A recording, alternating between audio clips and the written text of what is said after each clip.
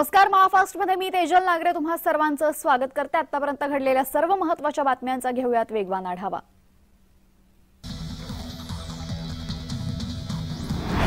मनमाड शहराला पाणी पुरवठा करणाऱ्या वाघदरडी धरणाने तळ गाठल्याने शहराला महिन्यातून एकदाच पाणी पुरवठा होतोय।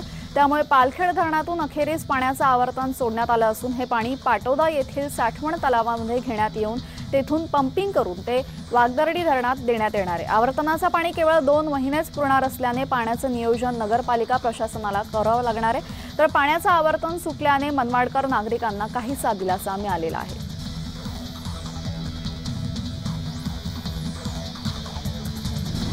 1971च्या भारत विरुद्ध पाकिस्तान युद्धामध्ये भारताने पाकिस्तानवर मिळवलेल्या विजयानिमित्त विजय दिवस साजरा करण्यात आला। यावेळी कर्नल उत्तम पाटील यांच्यासह भारतीय सैन्यातील निवृत्त सैन्य अधिकारी, माजी सैनिक तसेच राष्ट्रीय छात्र सेनेच्या विद्यार्थ्यांनी धुळे शहरातील अब्दुल स्मारक चौकात विजय स्तंभाला पुष्पहार अर्पण करत अभिवादन केलेलं आहे।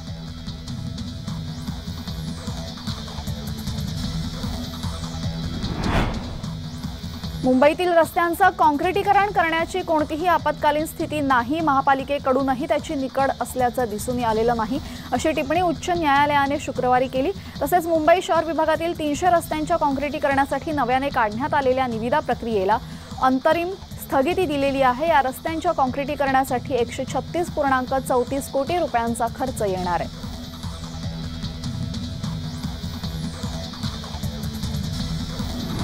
हिवाळ्याला आता खऱ्या अर्थाने सुरुवात झाली असल्याचं जाणवतं आहे, कारण थंडीचा जोर आता कुठे वाढताना दिसतोय। अशातच शुक्रवारी गोंदिया जिल्ह्याचा पारा आणखी घसरला असून कमाल तापमान 27.1 अंश सेल्सिअस तर किमान तापमान 12.2 अंशांवर आलेलं होतं। यंदाचा सर्वात कमी तापमान असून शुक्रवारीही गोंदिया विदर्भामध्ये पहिल्या क्रमांकावर होता। थंडीचा जोर वाढू लागला असून हिवाळ्याची खरी सुरुवात इथूनच झाल्याचं जाणवतंय। जिल्ह्याचा पारा दिवसेंदिवस घसरत चाललेला आहे।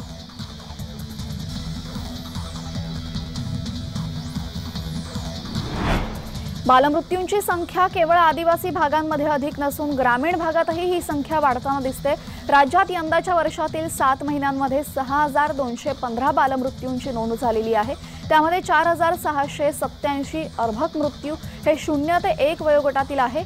1528 बालमृत्यू हे 1 ते 5 वर्षातील आहे। 100 पेक्षा जास्त बालमृत्यू असलेल्या जिल्ह्यांची संख्या 27 इतकी आहे।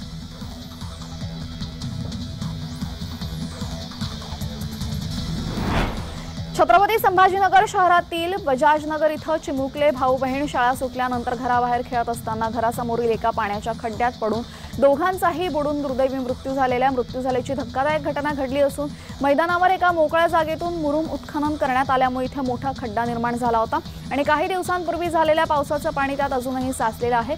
या खड्ड्यात पडून दोन्ही चिमुकल्यांचा दुर्दैवी मृत्यू झालाय।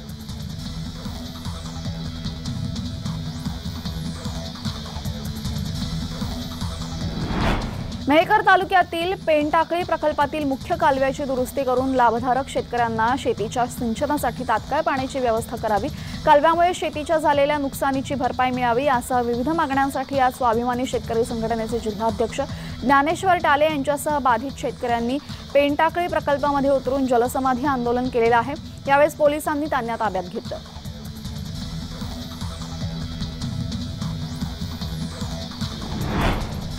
आजपासून अमरावतीमध्ये राणा दाम्पत्याच्या वतीने प्रसिद्ध कथावाचक दीपक मिश्रा यांच्या श्री शिवमहापुराण कथेचं आयोजन करण्यात आलं। शिवमहापुराण कथा ऐकण्यासाठी कार्यक्रमस्थळी हजारो लोकांची उपस्थिती बघायला मिळाली। 16 ते 20 डिसेंबरपर्यंत अमरावतीमध्ये शिवमहापुराण कथेचं आयोजन करण्यात आलेलं आहे।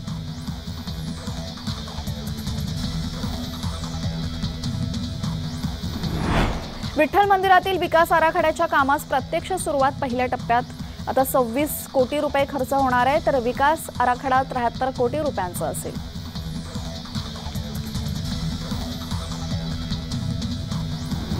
सध्या रबी हंगामातील पेरणीला शेतकऱ्यांनी सुरुवात केली आहे। हरभरा, गहू बियाणे खरेदी करण्यासाठी शेतकरी कृषी केंद्रावर गर्दी करू लागलेत, मात्र याच शेतकऱ्यांची दुकानदारांकडून फसवणूक केली जाते। याच संदर्भातला एक व्हिडिओ आता समाज माध्यमात व्हायरल झालेला आहे।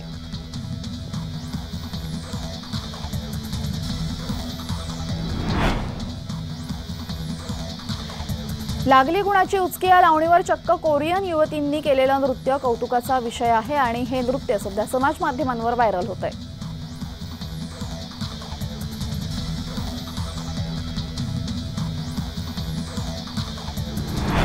नाट्यसृष्टीसाठी महत्त्वाच्या असलेल्या 100व्या नाट्य संमेलनाची घोषणा झालेली असताना त्यापूर्वी पडद्यामागचे कलाकार असणाऱ्या रंगमंच कामगारांचा असा केळवण सोहळा करावा ही कल्पना ज्येष्ठ रंगकर्मी अशोक मुळे यांची त्यांच्या संकल्पनेतून हा सोहळा दादर माटुंगा सांस्कृतिक केंद्रात नुकताच पार पडलेला आहे। या सोहळ्याला अखिल भारतीय नाट्य परिषदेचे अध्यक्ष प्रशांत दामले, ज्येष्ठ दिग्दर्शक विजय केंगरे आदी मान्यवर उपस्थित होते।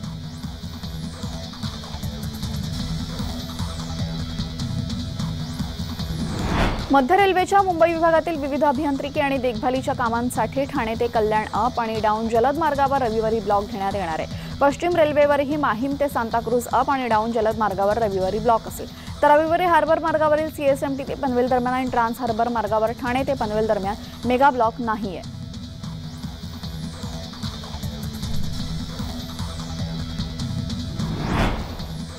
छत्रपती संभाजीनगर जिल्ह्यातील दादेगाव येथील शेतकऱ्यांच्या जमिनी महापारेषण विभागाकडून संपादित करण्यात आलेल्या आहे। मात्र संपादित केलेल्या जमिनींचा मोबदला आणि संपादित केलेल्या क्षेत्रातील फळबागांच्या नुकसानीची रक्कम भेटण्यासाठी मागील वर्षभरापासून शेतकरी महापारेषणकडे हेलपाटे मारून वैतागलेले आहेत, परंतु अद्यापही या शेतकऱ्यांना नुकसान भरपाई मिळाली नसल्याने शेतकरी आक्रमक झालेत। जर येत्या 26 जानेवारीपर्यंत महापारेषण विभागाकडून नुकसानीची रक्कम न दिल्यास आत्मदहन करण्याचा इशारा शेतकऱ्यांनी दिलेला आहे।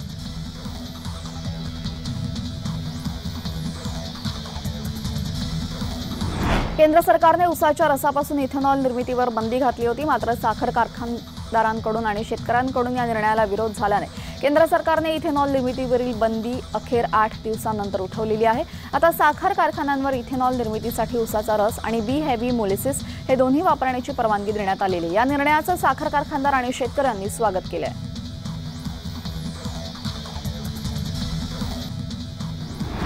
मुख्यमंत्री, मंत्री आणि अन्य अधिकाऱ्यांना लोकायुक्तांच्या कक्षेत आणणारे विधेयक विधान परिषदेत मंजूर झाले।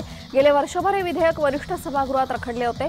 सुधारित लोकायुक्त कायद्यामध्ये मुख्यमंत्री, मंत्री, राज्यमंत्री, आमदार, भारतीय प्रशासन, पोलीस, वनसेवेतील अधिकारी, राज्य सरकारी कर्मचारी, स्थानिक प्राधिकरणांचे सदस्य, शासकीय, निमशासकीय संस्था, महामंडळ, प्राधिकरण आदी सर्वांनाच या कायद्याच्या कक्षेत आणण्यात आले आहे।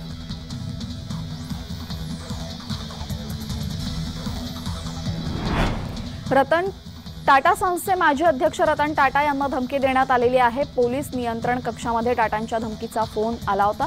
धमकी देणारा मानसिक रुग्ण असून धमकी देणारा पोलिसांच्या ताब्यात आहे।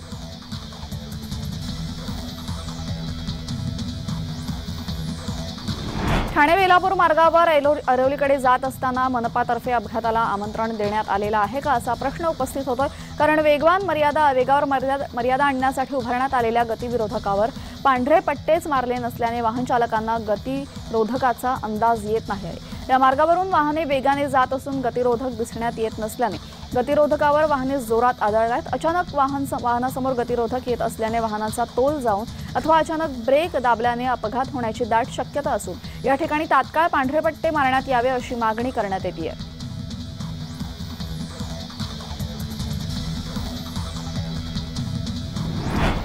आदर्श बँकेच्या घोटाळ्यानंतर आता छत्रपती संभाजीनगरमध्ये मलकापूर बँकेसमोर ठेवीदारांनी मोठं आंदोलन सुरू केलं।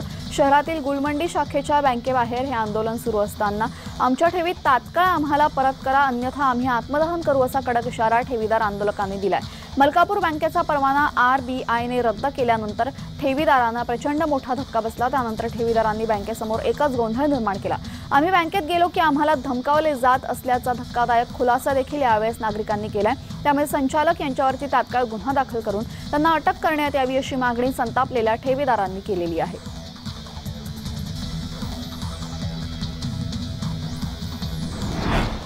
भारतरत्न लता ज्ञानाथ मंगेशकर आंतरराष्ट्रीय संगीत महाविद्यालयाच्या सल्लागार मंडळाच्या अध्यक्षपदी ज्येष्ठ पार्श्वगायिका उषा मंगेशकर यांची नियुक्ती करण्यात आलेली आहे। निर्णय राज्य शासनाच्या उच्च तंत्र विभागाने घेतलेला आहे।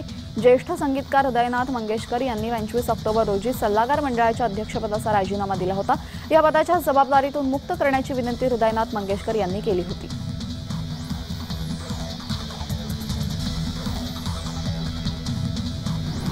अयोध्येतील श्रीराम मंदिर उद्घाटनाच्या पार्श्वभूमीवर विश्व हिंदू परिषदेचे कार्यकर्ते मंदिर निर्माणचे राष्ट्र निर्माण असा संदेश देत 1 ते 15 जानेवारी दरम्यान घरोघरी निमंत्रणाच्या अक्षता देणार आहेत। 5 लाख नोंदणीकृत मंदिरांवर रोषणाई, 10 दिवस दीपोत्सव, प्रत्येक मंदिरात रामरक्षा, रामनामाचा जप आदी कार्यक्रमांसह या निमित्ताने आयोजित करण्यात आलेला आहे।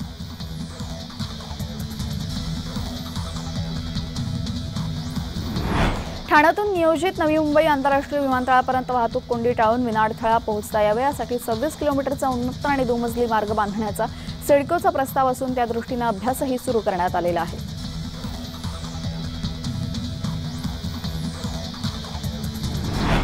The Kapil Sharma show fame अभिनेत्री सुगंधाने वयाच्या 35व्या वर्षी मुलीला जन्म दिलेला आहे। 15 डिसेंबर रोजी सकाळी तिचा पती आणि कॉमेडियन डॉक्टर संकेत भोसलेने ही आनंदाची बातमी सर्वांनाच दिलेली आहे। हॉस्पिटलमध्येच या दाम्पत्याने एक व्हिडिओ बनवून त्यात कॅप्शन दिलेलं आहे, जगाने आम्हाला सर्वात सुंदर भेट दिली आहे, त्याचा हा आशीर्वाद आहे जो चमत्कारापेक्षाही कमी नाही। हे आमच्या प्रेमाचं प्रतीक आहे। आम्हाला एक सुंदर मुलगी झालेली। कृपया तुमच्या प्रेमाचा वर्षाव आणि आशीर्वादांचा वर्षाव करत रहा।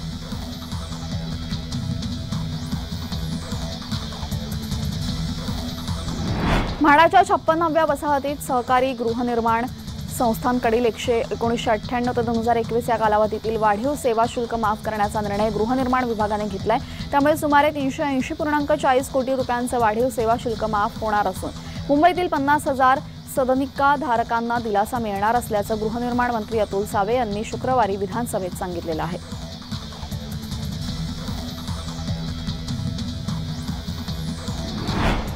वाई तालुक्यातील धोम धरणाचा डावा कालवा पांडे गावाच्या हद्दीमध्ये मध्यरात्रीमध्ये 3 वाजण्याच्या सुमारास फुटल्याने मोठ्या प्रमाणावर पाणी आणि ओझरडे गावाचे चंद्रभागा ओढ्यात शिरलं। ओढ्याला पुराचं स्वरूप आलं असून यामध्ये झोपेत असलेल्या ऊस मजुरांचा संसार वाहून गेलेला आहे। 2 बैलांचा शोधही सुरू आहे। 12 बैल वाचवण्यात यश आलं। या घटनेची माहिती मिळताच घटनास्थळी वाईचे प्रांताधिकारी राजेंद्र कुमार जाधव, भुईंज पोलीस ठाण्याचे AIP रमेश गर्जे हे पहाटे 4 वाजता पोहोचले। ऊसतोड मजुरांना मदत प्रशासनाकडून सुरू होती, त्यांना सुरक्षित स्थळी हलवण्यात आलेलं आहे।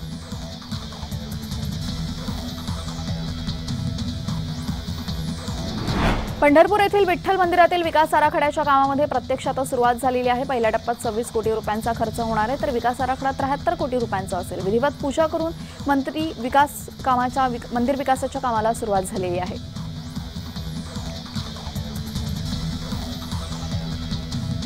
मोबाईल समोर ठेवून बिनधास्त कॉपी करण्याचा प्रकार उघडकीस आलेला आहे। परळीच्या अभियांत्रिकी महाविद्यालयातील हा प्रकार समोर आल्यानंतर या प्रकाराचा भांडाफोड करणाऱ्या व्यक्तीचीच बदली करण्यात आल्याने या वादाला सुरुवात झाली। डॉक्टर बाबासाहेब आंबेडकर मराठा विद्यापीठाशी संलग्न असलेल्या परळी येथील नागनाथ आप्पा हलगी अभियांत्रिकी महाविद्यालयातील हा संपूर्ण प्रकार आहे।